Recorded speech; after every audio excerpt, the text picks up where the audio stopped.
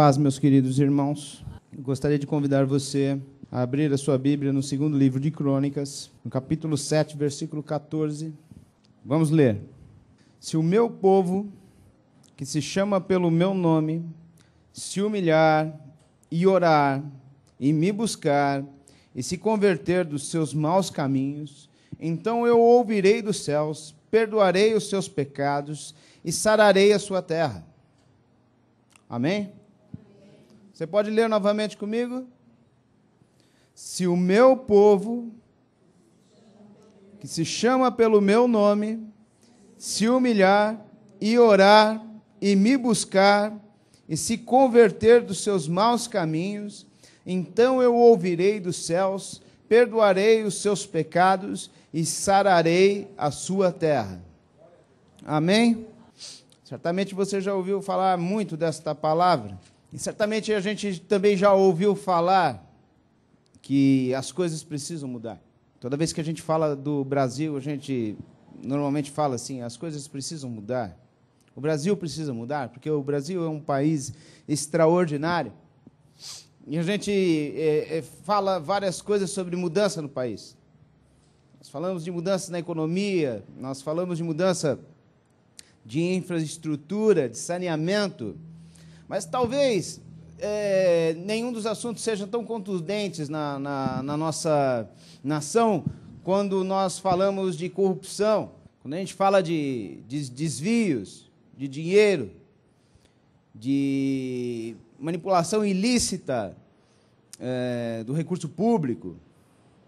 Certamente a gente sempre coloca a esperança de coisas novas no que tange a formação de novas pessoas, de novas gerações. Por isso a gente fala como solução de grandes problemas nossos como país, como nação, a educação. Não é verdade? A gente deposita muita esperança na educação. E eu levanto essa bandeira também. Eu acho que a educação ela é essencial para várias coisas.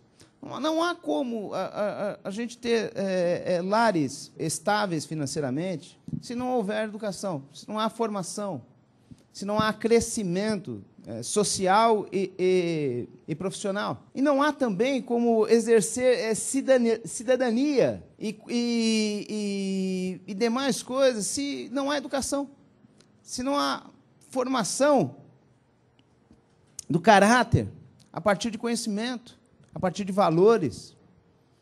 Então, todas essas coisas são essenciais. Mas há uma coisa mais essencial. E o que é mais essencial numa nação é esta nação se voltar a Deus. Se voltar para Deus. Por que eu falo isso? Porque você vai encontrar no decorrer da história muitas nações, e até hoje você vai encontrar nações que são extremamente cultas. Você vai encontrar problemas de educação aqui no Brasil, mas muito provavelmente você não vai encontrar o problema de educação na Inglaterra. Talvez você não encontre o problema educação em países como a Finlândia, por exemplo. E não é porque não há educação, e não é porque esses países estão já com uma classificação como países de primeiro mundo, que você não vai encontrar problemas seríssimos na vida das pessoas. Por isso que esta palavra, ela vem de encontro à nossa vida, e ela falou num determinado ponto da vida de Israel, de algo que é primordial, que é a gente voltar. A gente olhar para a nossa condição, como pessoa, como família, como bairro, como nação, como estado, como país. E a gente olhar para nós e identificar em algum momento a necessidade de voltar. Nós estamos aqui no Ocidente. Nós somos nações classificadas como nações cristãs. Para mim, até pseudo-cristãs. O Brasil cristão católico na sua maioria, os Estados Unidos cristão, protestante. De qualquer forma, são nações cristãs. E eu me pergunto o quanto destas nações têm se preocupado em voltar para Jesus, em olhar o seu caminho e saber qual é o caminho que ele está seguindo como pessoa. E, por consequência, como nação. E que caminho for este, se estabelecer a necessidade de voltar-se, de retornar. Meu querido, é muito comum nós pegarmos caminhos errados, não é? Eu acho que talvez o exemplo mais clássico de caminho errado e uma coisa muito interessante que acontece na vida das famílias é o homem que está dirigindo para um determinado lugar novo.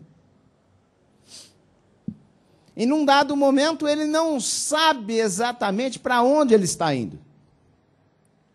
Mas eis que lhe fareis uma disjuntora.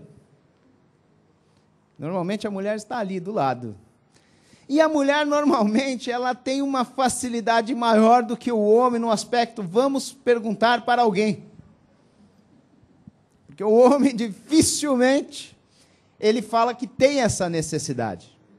Até um comercial, até um informe publicitário aí que brinca com essa questão, né? Eu não lembro mais que informe é esse, mas a questão é que a pessoa está indo para uma direção e vai indo e chega um deserto, e chega uma selva, e chega, acho que até no Alasca. E a mulher, dá para perguntar agora? A questão é que a gente se pergunta pouco. Se o caminho que a gente está indo, se a direção que a gente está tomando na vida da gente é a direção de fato que está alinhada com aquilo que Deus quer, com aquilo que Deus falou, com aquilo que Deus projetou. E a gente não percebe, mas a gente vai tomando uma direção em casa, e as casas como um todo vão tomando direções, e bairros inteiros, municípios inteiros, estados, a nação inteira muitas vezes vai se afastando de Deus. Vão se tornando nações que outrora se chamavam cristãs e agora são pseudo-cristãs. Porque ela ficou tão longe daquilo que era o essencial, que talvez ela não lembre da necessidade de algumas coisas. Então, quando Deus nos coloca aqui neste texto de 2 Crônicas 7, Deus, ele meio que nos chama a atenção para algo que possivelmente vai acontecer na nossa vida em algum ponto. Queira Deus que não aconteça, mas se acontecer, Deus coloca esta frase, este versículo para nós, de forma a nos dar uma esperança e um retorno. Um novo direcionamento. Na situação do carro, quando nós percebemos que passou do lugar onde nós deveríamos entrar, o que nós fazemos? Seja uma igreja dinâmica, por favor. Nós retornamos. Porque nós não haveríamos de retornar em nossas vidas. Há muitas pessoas que estão andando, não sabem para onde estão andando, mas não retornam. E se meu povo, que se chama pelo meu nome, se humilhar e orar e me buscar e se converter dos seus maus caminhos, então eu ouvirei dos céus, perdoarei os seus pecados e sararei a sua terra. Então eu dentro de uma nação cristã, como cristão, eu tenho que convicção que a resposta não está na educação apenas, mas a resposta está em se voltarmos para Deus. Eu posso ser muito bem educado, querido. Eu posso ser bem informado. Há gerações saindo desse lugar, amém? Nós temos filhos crescendo aqui. E eles provavelmente vão ser bem formados, glória a Deus. Mas se eles não amarem a Deus, E se eles não se voltarem a Deus, querido, nós teremos homens e mulheres bem formados, mas que se corromperão. Nações inteiras se corromperam desta forma. O que é preciso fazer, pastor? A primeira coisa é a consciência de que você necessita de Deus. E que Deus é o responsável por todas as coisas na vida do homem. Não é na vida de você, meu querido, que é cristão. É na vida do homem. Os governos são instituídos por Deus, segundo a sua própria palavra. Os limites são estabelecidos por Deus.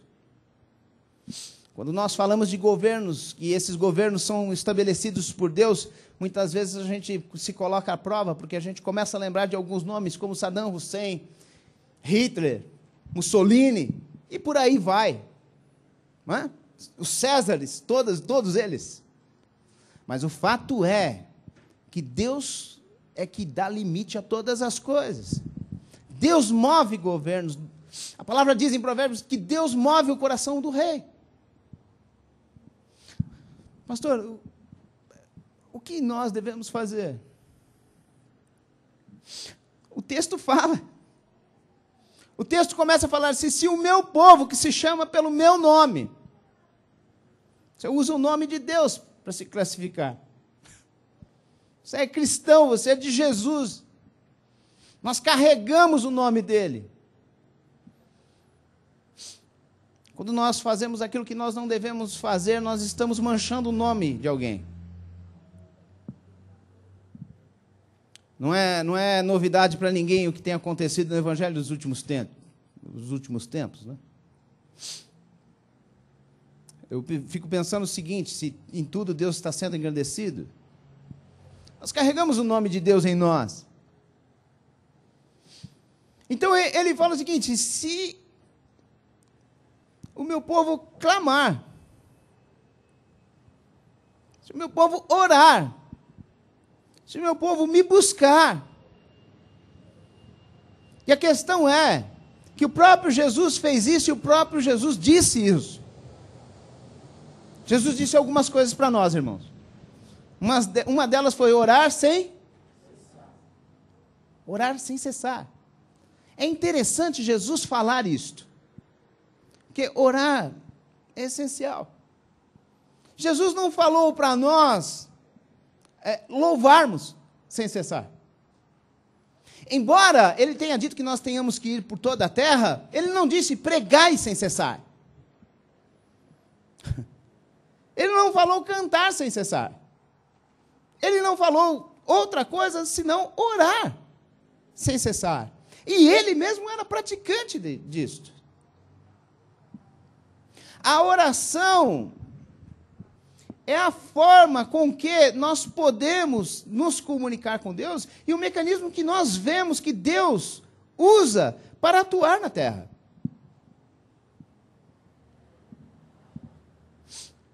Para que Deus se manifeste na vida dos homens. Ora, eu me pergunto, o quanto que nós temos orado. Eu não digo quanto nós temos orado dentro da igreja. Eu não estou falando o quanto nós temos orado no culto de intercessão. Eu estou perguntando o quanto nós temos orado na nossa vida. Muito provavelmente nós vamos sair daqui hoje e nós vamos pensar nos problemas de amanhã e talvez a gente deite hoje muito cansado para orar. E como amanhã é segunda-feira, talvez a gente acorde muito apressado e cansado também para orar. E assim a gente vai levando a nossa vida e nós vamos vivendo. E a palavra de Deus fala assim: mas se o meu povo se humilhar, e se ele orar, e se ele me buscar, e ele fala sobre o retorno e se converter, aí ele vai fazer algo. A bem da verdade, essa resposta de Deus, ela vem de algo que vem acontecendo aqui no livro de Crônicas, desde o capítulo 2. Porque Salomão, um grande homem, né, herdou o trono do seu rei, do seu pai, o rei Davi, e ficou sobre a responsabilidade de construir para Deus um grande templo. E quando essa obra começou, essa obra foi gigantesca. 70 mil só para levar carga. 80 mil para talhar pedras e montanhas. E 3.600 homens só para mandar, só para ser encarregado do trabalho. Uma coisa gigantesca. Assustadora. Mas eles queriam a presença de Deus. E o fato é que levou um bom tempo para aquele templo ficar pronto. E quando aquele templo estava para estar pronto, você lê no capítulo 6, que Salomão ora a Deus. No capítulo 6 de 2 Crônicas, você vai ver uma oração inteira, onde o coração do rei fala com Deus.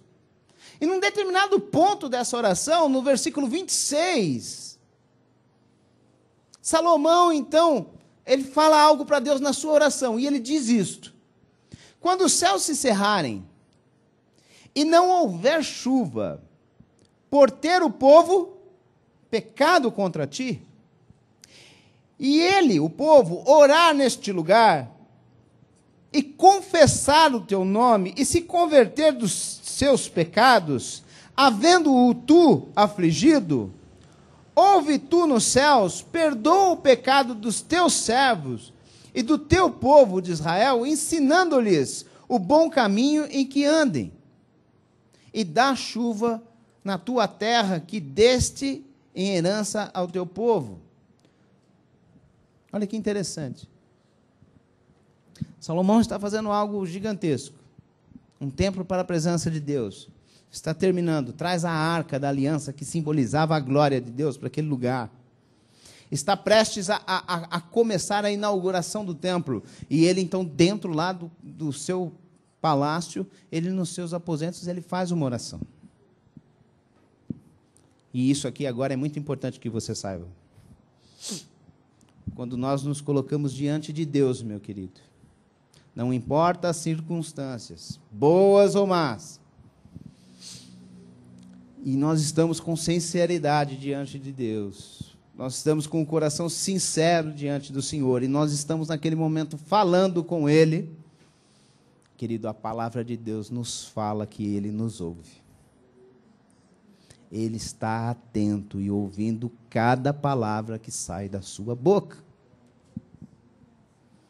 Esse homem estava lá, ele não falou nada para ninguém, ele estava orando.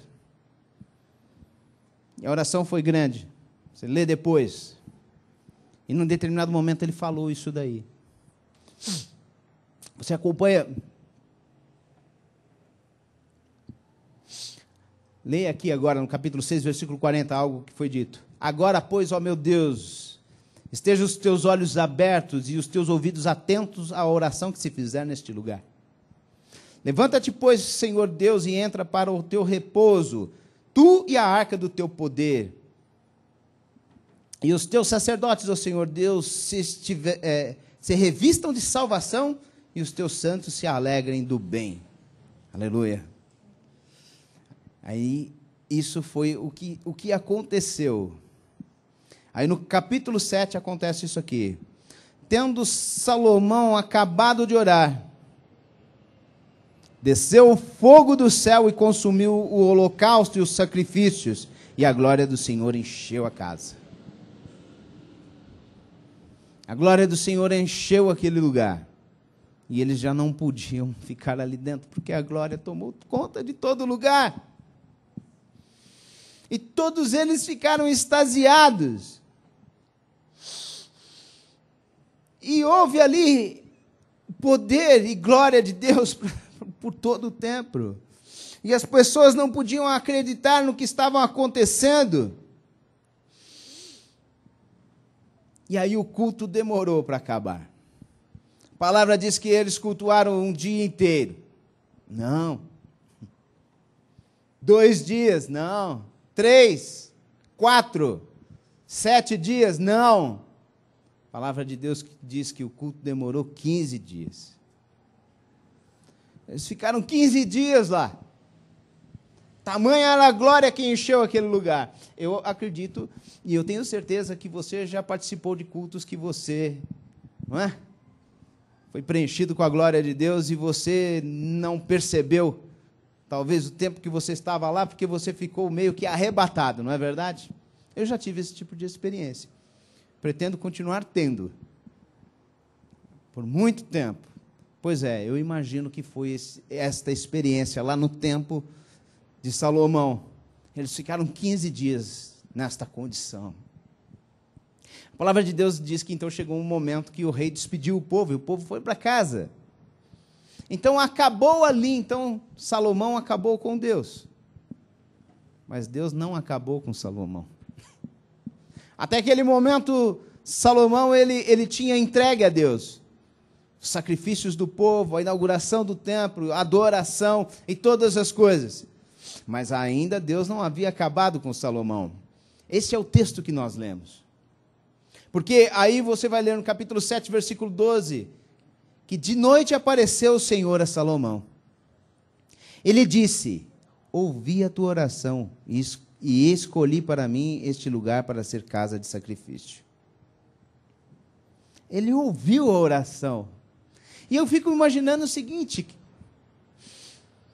é inevitável que eu pense isso, porque eles estavam ali na glória de Deus dentro do templo. E eles ficaram 15 dias ali. Ficaram um bocado de tempo. E Deus com certeza deve ter falado grandes coisas.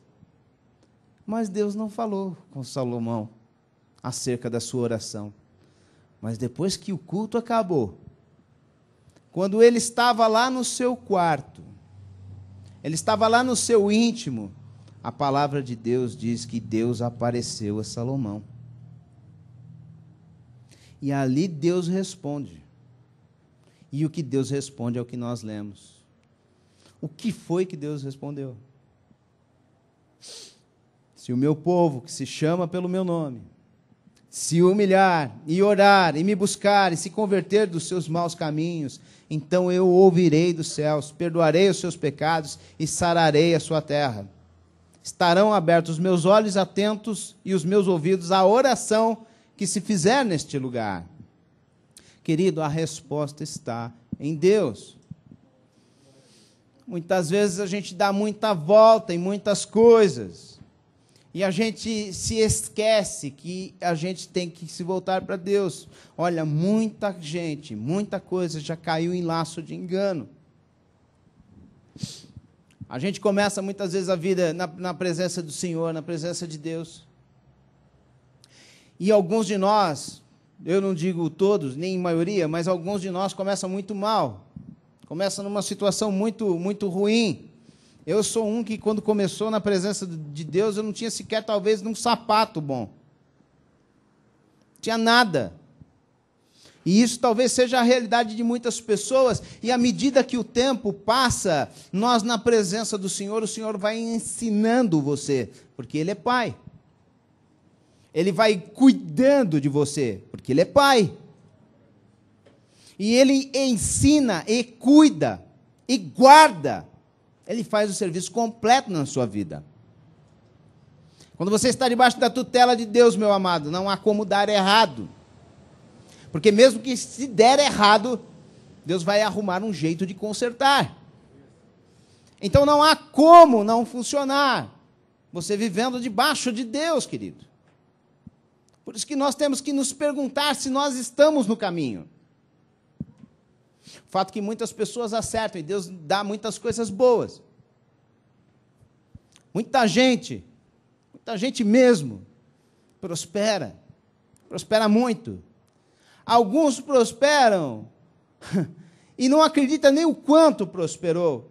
E quando eu falo prospera nesse aspecto, eu estou falando em todas as áreas. E principalmente na financeira também.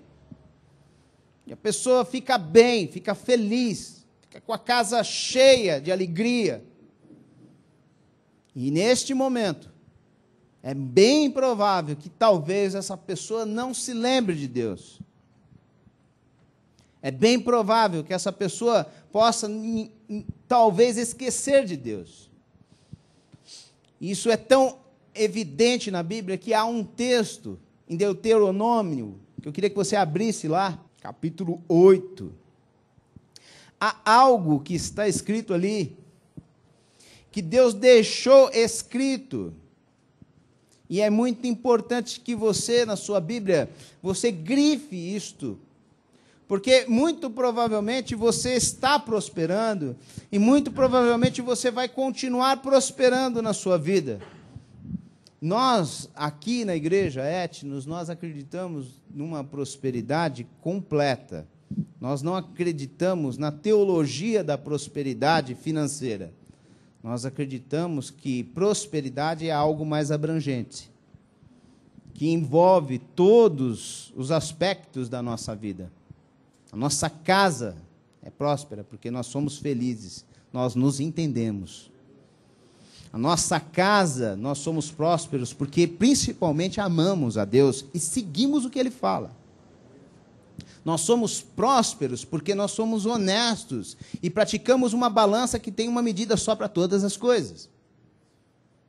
Então, estar bem financeiramente para nós é apenas um resultado, é uma consequência.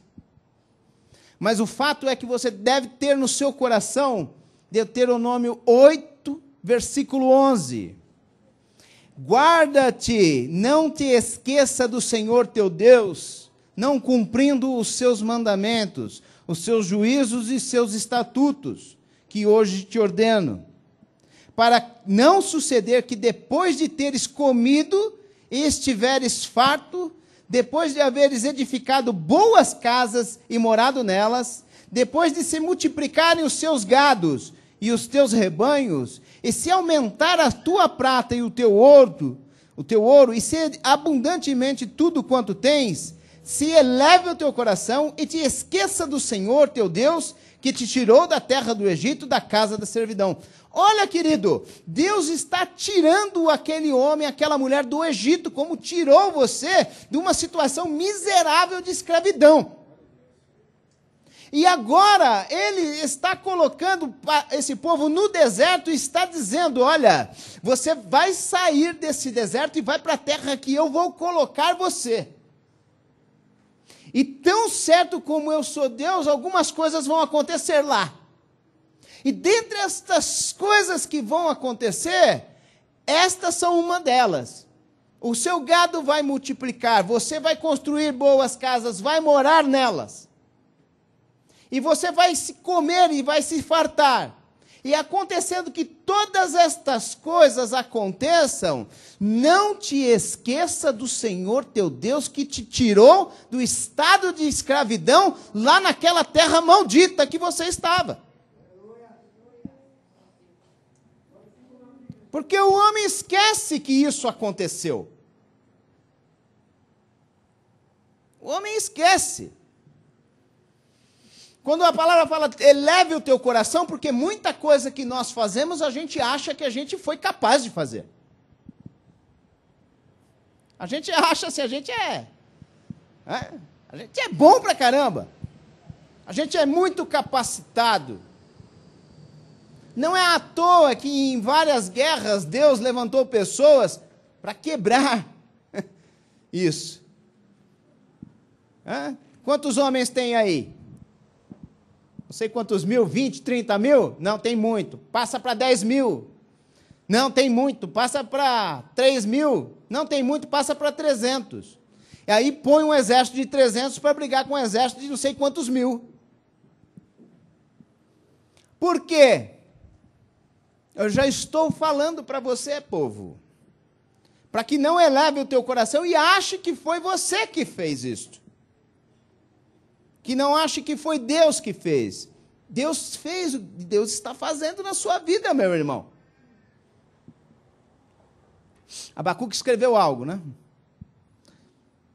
Ainda que o fruto da oliveira não vingue, mas que tudo dê errado, que o gado morra, e que nada aconteça, ainda assim eu bendirei o Deus da minha salvação. Se o fruto não der, se o gado morrer, Se tudo acontecer, eu vou bem dizer. Você sabe por quê? Eu vou dizer por quê. Porque tem pessoas hoje que estão seguindo a Jesus. E está buscando algo em sua vida. E a pessoa tem como um sentimento que é o seguinte: olha, se Deus não fizer, eu não sigo a Ele. Tem pessoas seguindo a Deus, seguindo a Jesus, e ficam incessantemente esperando por algo. E muitas vezes, você ouve um discurso, não é poucas vezes que você ouve isso, não. Fala assim, eu não sei, parece que não acontece nada. Eu quero dizer para você, se você está na igreja de Jesus Cristo, meu querido, saiba que tudo o que precisava ser feito na sua vida, Jesus fez naquela cruz. Eu adoro o nome de Jesus, querido, sabe por quê? Porque tudo o que Ele podia ter feito para mim, Ele fez naquela cruz. Não há nada mais precioso que Deus pudesse ter me dado que a salvação e a vida eterna. Ele me transformou em um ser eterno e me prometeu estar com Ele. Isso, meu querido, é muito mais que suficiente de tudo que eu venha precisar na vida. E muitas pessoas dependem de algo a se receber para adorar Jesus. Eu quero dizer que o bem mais precioso Jesus já fez. Eu o adoro por isso. Agora, Deus é tão bom que tantas outras coisas nos dá. Deliberadamente. Deus é maravilhoso. Mas aí está escrito aqui, como é que é a nossa natureza humana. O irmão está de chinelo, vem para a igreja e fica pedindo um carrinho. E aí ele ganha um carrinho, conquista o carrinho dele e fala, é para levar as irmãs para a igreja. Nunca pôs irmã nenhuma dentro do carro. Depois consegue um carro melhor. E depois consegue do carro melhor, vai comprar uma lancha para passear.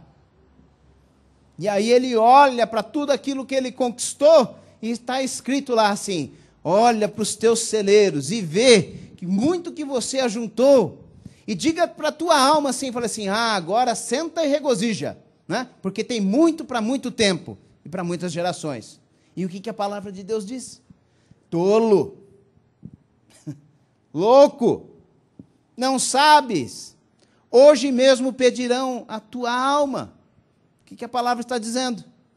A palavra está dizendo o seguinte, querido, se a direção da sua vida somente estiver nessa direção, você é louco. Porque a gente não sabe, querido, o que vai acontecer daqui a 1 minuto. E só é feliz e próspero aquele que está guardando o bem mais precioso na sua mão, que é a vida eterna. Você está ajuntando aqui, glória a Deus. A palavra de Deus diz que é bom ajuntar aqui, mas mais precioso é juntar nos céus. Sobre todas essas coisas está o nome do Senhor Deus. Jeová Nissi, Jeová Rafa.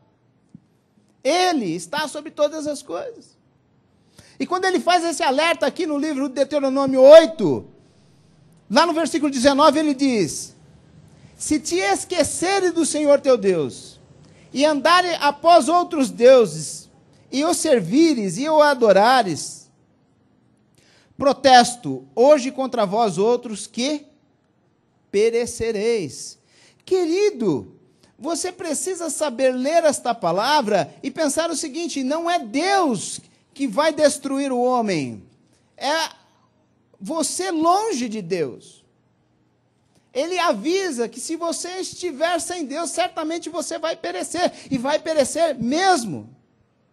Pastor, mas eu vi muita gente que não ama a Deus, morreu rica, e morreu mesmo, irmão. Eu quero explicar para você, morreu, acabou para ele ali, ele não vai ver Jesus. Ele negou Jesus, ele não vai ver Jesus. Você morreu, não morrerá jamais. A palavra está dizendo que você não vai morrer. Muitos daqueles que você vê, você levou uma vida boa, levou parte de uma vida boa, porque agora está morto. Mas você não, querido. Você estará com Ele eternamente. Aleluia. Você deve buscar a Deus. O fato de você estar aqui hoje, você está buscando a Deus, querido. Mas o quanto mais você fizer isso, mais Deus vai atuar na sua vida. Quanto mais você confessar a Ele, quanto mais você pedir a Ele, mais, querido, Deus vai estar com você, Deus vai atuar em você. Talvez você tenha olhado, e talvez você olhe em alguns aspectos da sua vida, e você esteja atravessando, ou atravessou algo, ou vai atravessar ainda, porque é muito importante você saber o que você vai atravessar, porque você ser cristão é algo que você tem que saber, que você está nadando o rio acima. Eu não sou um bom nadador, não. Eu não sei se há algum bom nadador aqui. Eu sei que quando a gente nada com a água parada já é difícil. Agora, quando você nada contra a correnteza, é muito mais. Você ser cristão, você está nadando contra a correnteza. Porque o mundo quer afastar você de Deus. É uma força muito grande. Você precisa nadar contra a correnteza. E você está nadando contra a correnteza. O fato é que se você não tiver palavra de Deus que te alimente, querido, você certamente vai enfraquecer. No decorrer de toda a sua vida, uma hora você vai ficar fraco. E você possivelmente vai desistir. Por isso você precisa da palavra de Deus. A palavra de Deus é essencial para a nossa vida cristã. Você deve comê-la diariamente. Há uma história que eu quero contar para você, de um homem chamado Paul, na Virgínia, em 1888. Eu li isso e achei muito interessante. Esse homem era jogador de xadrez. Tem alguém que joga xadrez na igreja? Eu não sei. Eu sempre quis jogar isso, nunca consegui. Mas é tido como um jogo de estratégia muito bem definido, que exige bastante inteligência, né? Pois é. Paul Murphy, na Virgínia, em 1888, foi convidado para um jantar na casa de alguns amigos que jogavam xadrez. E todos se sentaram à mesa, e na grande sala onde todos estavam reunidos, havia um quadro famoso, que agora eu não vou lembrar de jeito nenhum o nome.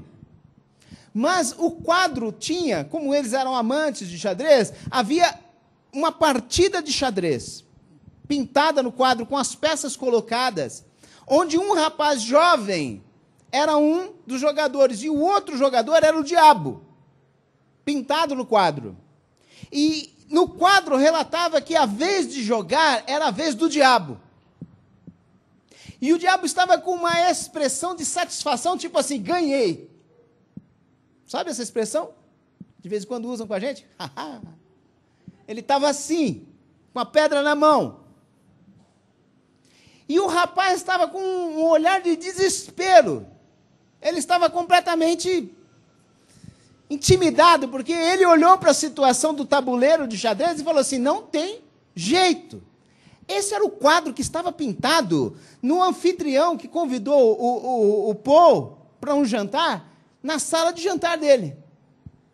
Uma jogada ímpar de xadrez que não tem saída. E eles começaram a comer, e esse rapaz ficava olhando para esse quadro incessantemente, sem piscar o olho. Ele ficou fascinado pelo quadro e ficou olhando para o tabuleiro de xadrez. E, de repente, o pessoal começou a perceber que falou assim, olha, ele não para de olhar para o quadro. E as pessoas começaram a perguntar, não é? Eu falei, o que você está olhando tanto para o quadro? Eu falei assim, eu posso ganhar esse jogo. Aí foi uma risada só. Eu falei, se você é jogador, você sabe que essa jogada é impossível. E ele disse o seguinte, ele falou assim, eu proponho o seguinte, monta o tabuleiro aqui de acordo com que está a pintura. Você vai ser o opositor e eu vou fazer a vez do rapaz, que está em xeque. Aí acabou o jantar, limparam a mesa, colocaram o tabuleiro, e o anfitrião fez a jogada do diabo. E ele pegou, não me pergunte, porque eu não jogo xadrez, não consigo reproduzir essa história. Eu sei que ele deu uma jogada que fechou e ganhou a partida. Você sabe o que quer dizer isso que eu estou falando para você?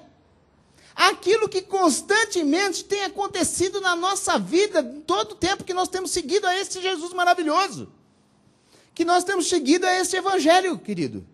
Que há situações em que todos nós, até mesmo dentro da igreja, nós olhamos e falamos assim, não tem como nós vencermos isso. Mas quem dá a última jogada é Deus. Eu não consigo ver. Você não consegue ver. Mas Deus vê. Passei por isso agora. 95% de chance. 95% de chance de uma menina de 13 anos com câncer morrer na cirurgia. A gente estava lá em casa assim, tipo, né? Velório. Mas havia 5%.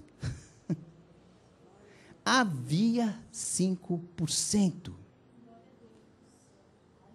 E a gente não sabe como é que essas coisas acontecem. Como que uma mãe chega num hospital e numa equipe médica aparece um médico evangélico. E a gente não sabe como que isso acontece, que o médico evangélico é o chefe da equipe. E a gente não sabe como o chefe evangélico, que é médico da equipe, leva a mãe e o pai para orar na igreja e fala, vamos pedir para Deus, porque eu não vou conseguir fazer isso. E a gente não sabe como horas depois ele sai lá da mesa e fala o seguinte, foi um sucesso. A gente não sabe como uma criança que está fadada a ser diabética para o resto da vida, agora não está mais diabética com apenas 30% de pâncreas. A gente não sabe, porque a gente não consegue ver. Mas assim como naquele quadro, a última jogada é de Deus. Então o que a nação precisa para mudar? A nação não precisa de um novo governo, a nação não precisa de reestruturações, de uma nova educação. A nação precisa primeiramente de Deus. Você sabe que Deus move todas as coisas. Se você ler lá no Velho Testamento, você vai ver a história de um rei sírio chamado Ciro. E a palavra de Deus diz como Deus foi lá no coração daquele homem e mudou o coração dele. E falou o seguinte, olha, eu quero que você liberte aquele povo. E ele libertou. Ele nem crente era.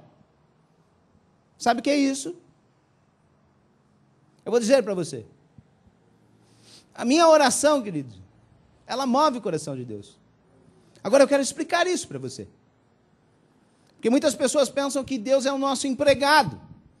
E como a oração dita pelo pastor move o coração de Deus, então Deus é o nosso... faz tudo. Eu quero dizer que não é assim.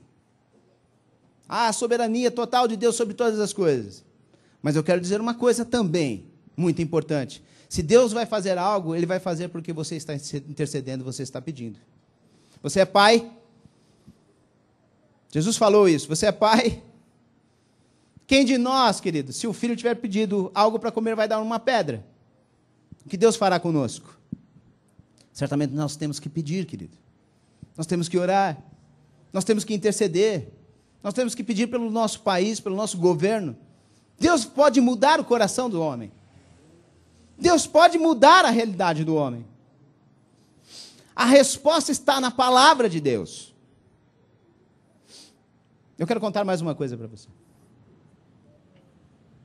Há um livro que eu li, e lá relata a história muito interessante sobre a palavra de Deus. A Regina hoje estava no Facebook e ela recebeu uma foto de uma arma em forma de Bíblia. Eu achei bem interessante. Eu não sei se alguém aqui já viu. Mas era uma Bíblia em forma de arma. E a frase dizia que a Bíblia era a única arma que, em vez de matar o homem, salva. É a única arma que, após disparada, em vez de matar, traz vida. Eu achei fantástico. Guardei a imagem para mim. Tem uma coisa que ocorreu em 1789. Faz um bocado de tempo. Havia um navio inglês, um capitão de navio muito mau. Tenta imaginar um cara mau. Pois é, esse cara era bem ruim, mas bem ruim mesmo. E a sua equipe imediata acompanhava os passos dele, era bem mau, bem ruim. O que aconteceu em alto mar? A história diz o seguinte, que eles se rebelaram contra o capitão. pegaram e tomaram, os marinheiros tomaram conta do navio. E pegaram o capitão e a equipe imediata e colocaram dentro de uma canoa, no bote, e jogaram no mar. E tomaram o navio para eles, com toda a riqueza que tinha o navio. Se rebelaram e pegaram para eles. Você continua lendo a história, eles foram parar numa ilha do Pacífico Sul. Sente alguma coisa? Eu não lembro mais o nome da ilha. Onde havia lá só nativos tahitianos. E esse povo chegou lá e arrebentou com o lugar. Chegou num lugar, é um lugar muito além do nada, né? Para eles ficarem escondidos. Um pontinho no meio do nada, né? Nessas ilhas do Pacífico Sul, tem milhares de ilhas lá. E eles chegaram lá e dominaram os nativos, tomaram esposas para si, escravizaram os tahitianos lá, e começaram a viver uma vida sem lei nenhuma. Começaram a viver uma vida assim, completamente sem nenhum tipo de condição moral. Não é? Pegavam as índias lá como esposas, bebiam à vontade, obrigavam os índios a trabalharem escravamente para sustentá-los, e essa situação ficou por quase uma década, eles exercendo esse poder, porque eles tinham o poder da pólvora, né? Tomaram conta do lugar, até que chegou num momento que os nativos da região se rebelaram, se organizaram, se rebelaram, e mataram todos. Só sobreviveu um. O nome desse cara chama Alexander Smith. Só um sobreviveu. Os nativos mataram todos eles. E aí tudo se inverteu, porque os nativos começaram a viver a sua vida lá, e esse homem ficou sozinho, numa ilha no meio do nada, sem condição nenhuma de ir para qualquer tipo de sociedade. E ele ficou lá. Sabe o que aconteceu? A história diz que é o seguinte, que quando eles saíram daquele navio, que eles colocaram fogo, que eu até esqueci de falar isso, para não serem achados, né? Eles saíram daquele navio e trouxeram algumas coisas para a terra. Dentre as coisas que eles trouxeram, tinha uma Bíblia. Uma Bíblia, uma biblinha só. Só uma biblinha. E aquele homem que não tinha mais os seus companheiros de farra, não tinha mais os seus companheiros de bebedice, de mulherada, de coisa errada, ele não tinha mais ninguém. Ele só tinha os nativos, que não queriam muito bem ele. A história nem fala por que deixaram ele vivo, porque mataram todo mundo. Ele pegou, se apegou com essa Bíblia e começou a ler esta Bíblia. E ao ler esta Bíblia, aconteceu aquilo que você fatalmente está pensando. Esse homem, ele se converteu totalmente a Jesus, totalmente a Deus. E dizia que quando ele lia esta palavra, parece que todas as coisas da sua vida iam se abrindo como portas. E ele viu quem ele era e quem ele estava sendo naquele momento. A palavra diz que pouco depois, em 1808, navios ingleses descobriram essa ilha. E quando os navios ingleses chegaram lá e descobriram essa ilha, eles ficaram extremamente surpresos com o grau de condição moral e civil que tinha se instalado naquela ilha. Porque aquele homem, ele começou a falar daquela palavra para aqueles nativos. E eles começaram a se organizar e começaram a praticar esta palavra. E havia uma ilha perdida no Pacífico Sul em 1808, totalmente cristã,